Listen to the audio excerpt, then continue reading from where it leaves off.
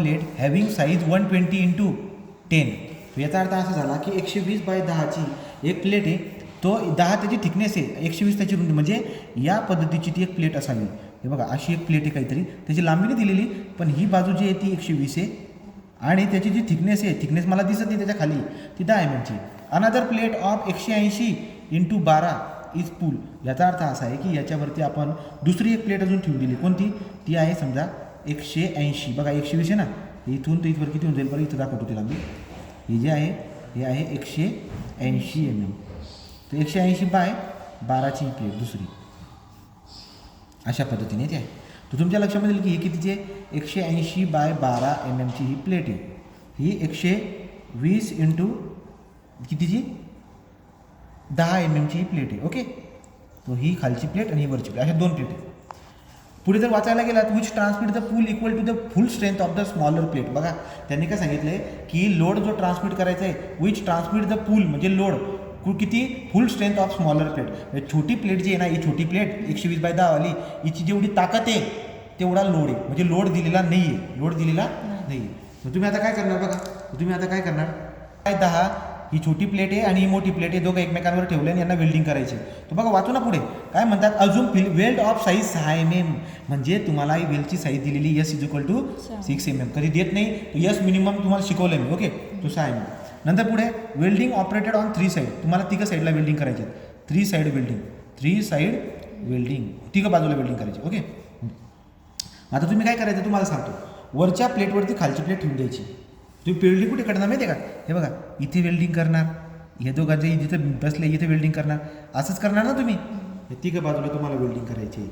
तर मग वेल्डेड 3 साईडला आपण करत आहोत आणि तुम्हाला आणि हे काही इल्ड स्ट्रेस दिली 250, अल्टिमेट स्ट्रेंथ किती दिले 410. मला FU लागतो, FU किती असतो 410 MPa. ओके का? चला मग आता आपण काय करणार, स्टेप नंबर 1. स्टेप नंबर 1 काय असते? फॅक्टर्ड लोड. काय असतं? फॅक्टर्ड लोड. पण फॅक्टर्ड लोड पूर्ण उदाहरण वाचून घ्या, कुठे फॅक्टर लोड दिलेला नाही. त्यांनी म्हणले transmit the pull equal to full strength of the smaller plate. म्हणून फॅक्टर लोड दिलेला नसल्यामुळे तुम्हाला कसा काढावा लागेल तो, FY × AG / गॅमा M0. आणि गॅमा M0 ची व्हॅल्यू नेहमी किती असते? 1.1. किती असते? M1 ची असते 1.25, गॅमा M0 किती असतो 1.1. मग तुम्ही काय करणार, FY असतो 250 दिलेला आहे. पण हे बघा इल्ड स्ट्रेस 250 दिलेला आहे.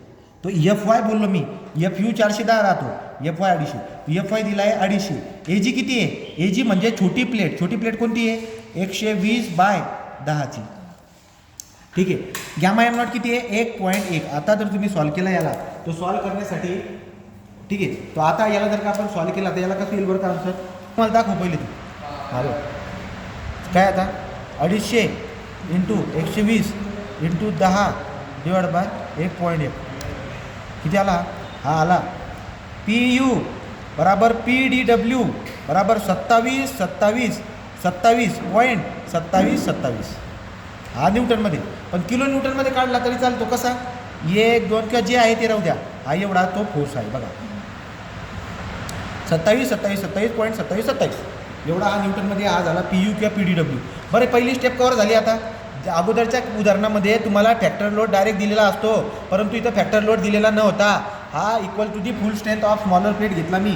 FY AG gamma M0, FY 250 होता, AG गॅमा असं करून आपण एक PDW काढून टाकला. आता आपण स्टेप नंबर 2 घेऊ. स्टेप नंबर 2 काय असते आपली? Size of weld. पण उदाहरणामध्ये तुम्हाला साईज ऑफ वेल्ड डायरेक्ट दिलेली आहे 6 mm. तिसरा आहे आपल्याकडे स्टेप नंबर 3. स्टेप नंबर 3 काय? Throat thickness. काय असते? थ्रोट थिकनेस कसं काढणार तुम्ही? तो थ्रोट थिकनेस सोपं आहे. TE = 0.7 किंवा असं करायचं K × S. TE = K ची व्हॅल्यू किती असते? 0.7 आणि S किती घेतला आहे तुम्ही? 6. तर तुम्ही जर का याला सॉल्व करायला गेला तर किती येईल? हे येईल 0.7 × 6. किती झाला? हा झाला 4.2. किती झाला?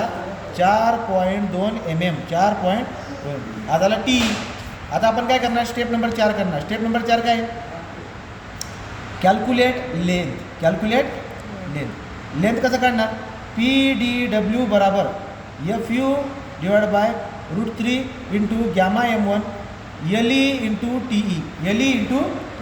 आता बघा PDW किती दिला आहे तुम्हाला? आत्ता चालू काढला तुम्ही. हा किती आणला? 27 27 27.27 ओके. अजून एक हां हे बघा हे काढलं हां, ते 27 होतं ठीक आहे. इज इक्वल टू एफ किती आहे 410 divide by √3. Gamma M one किती असतो 1.25 इंटू टी किती आहे 4.2 एल असं राहिलं.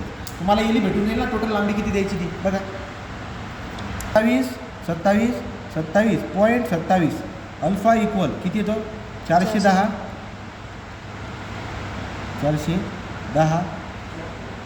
Divide by √3 into 1.25 into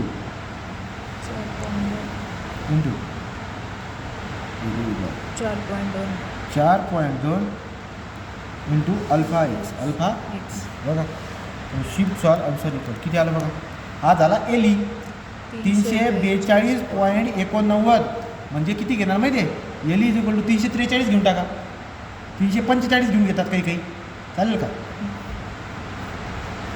step number 4 is over. आता आपण काय करणार काही करायची गरज नाही. आता एकदम सोपं आहे. प्लेटच्या केसमध्ये एका ची स्ट्रेंथ काढायची गरज नाही. Direct step number 5 calculate actual length. Calculate एक स्टेप कमी झाली ना. हां मग आता तुम्ही ॲक्च्युअल लेंथ काढणार. तुम्ही मला सांगा समजा मी काय करतो ही मोठी प्लेट खाली ठेवतो. ही मोठी प्लेट आहे हां याच्यावरती छोटी प्लेट लावली असं येते उलटी झाली आकृती समजून घ्या. मग ही कोणती वाली प्लेट आहे 180x12 वाली प्लेट आहे. ही छोटीवाली कोणती आहे 120/10 वाली प्लेट ओके का. आता तुम्ही मला सांगा ती याच्यावरती लावताय तुम्ही तर मग इकडे x1 इकडच्या बाजूला x2 मग सांगा हे अंतर किती राहील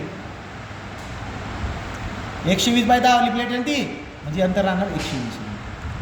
काय आलं का सोपं आहे ना. आता काय करणार हे बघा इकडे आणि इकडे दोघं सारखे देऊन द्यायचे. इकडे जेवढं दिले ना तेवढं इकडे देऊन टाकायचं. मग आता मी काय करतो बघा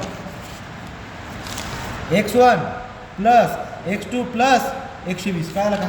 हा x1 हा x2 आणि हा 120 या तिघांची बेरीज किती आहे किती आणली आपण टोटल 343. किती आणली 343 ही टोटल लेंथ आहे. तुमच्या लक्षामध्ये येईल की x1 प्लस x2 बराबर 343 मायनस 120. हे इकडे करून टाका प्लस इकडे मायनस करा. किंवा एक काम करू आपण मला एक सांगा इथपर्यंत आलो ना आपण x1 plus x2 plus 120 is equal to 343. तुमच्या लक्षामध्ये येईल की सर x1 पण आणि x2 पण दोघं सारखे आहेत. वरती खाली सारखं द्यायचे मला सांगा जर हे आणि हे दोघं सारखं असेल तर x1 आणि x2 दोन x1 होऊन जातील.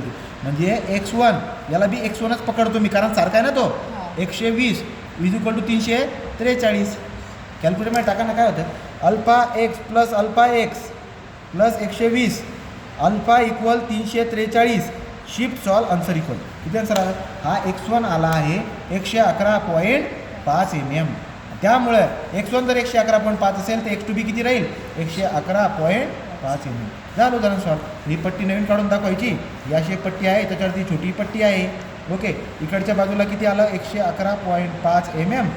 इथे किती असतं 120 mm आणि ती वेल्डिंग किती करायची 111.5 mm. हां